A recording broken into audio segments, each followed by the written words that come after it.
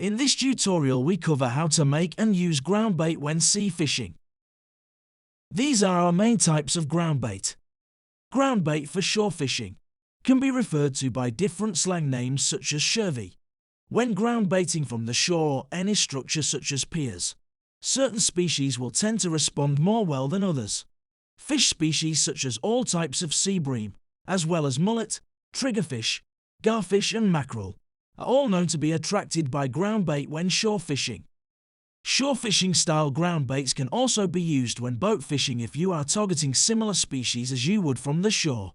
If you are targeting species such as sharks from a boat, it would be much more likely that you would use a chum style bait. So here's how to make shore fishing ground bait. You'll first need a sealable bucket or similar type container. This will stop any bad odor escaping. You can use any size of bucket to match what amount of bait you wish to make, though we suggest using a container of around 10 liters as a sensible start. The mix will need some key scent ingredients. One of the best ingredients to use are old fish baits that have been refrozen from past fishing trips, as not only will they be effective in providing scent, but you are also avoiding wasting bait and of course money. You can also buy fish oil, which will act as a good scent provider and also disperse widely through the water even when using very little. Pilchard oil is one example. You can even use other old spent baits left over from past fishing trips such as worm and squid baits.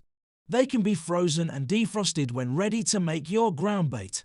You also of course have the option of buying fresh fish baits to use if you don't have any old bait lying around. We'll also need a bulking ingredient. One option you can use for this is a budget coarse fishing ground bait that contains a mix of finer powder and larger particles. There's no need to use an expensive brand option as it's just for bulking. Other options for bulking include cheap grain-based animal feeds that again will ideally have a mix of both finer powder and particles in the mix. Another option is to simply buy a few loaves of cheap bread. This can be added as it is, though a good option is to dry the bread in the oven for a few minutes, so it breaks up easy and better absorbs any scent ingredients that are going to be mixed in. Ratios are not everything when mixing, so feel free to simply use what you have at hand to fill your container, though we suggest about 4 parts bulking ingredient to 1 part scent ingredient. So 4 parts bread to 1 part mackerel would be one example. Before you add ingredients that have been frozen, ensure they are fully defrosted first so they mix properly. In terms of adding fish oil, if you were using a 10-liter container virtually full with mix as we suggested earlier, then adding half a cup of fish oil should be enough to mix through the ingredients. Be careful not to use lots of fish oil as this will likely make it harder for fish to single out hook baits if the mix is too concentrated. Perhaps most importantly, too much oil in the water may deter fish, as this will clog their gills and prevent them from breathing. We'll now cover how to use ground bait when fishing. Shore ground bait can be used from deep water venues such as piers, or from shallower venues such as your typical beach. When fishing deep water venues, a ladle or a trowel of any kind can be used to add the mixture to the water.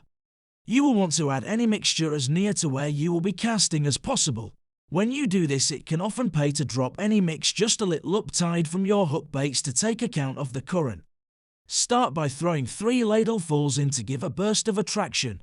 Then keep fish drawn in and interested by then adding 1 ladleful every 2 minutes or so. If you are fishing from a shallow beach, you can consider using a catapult to distribute ground bait.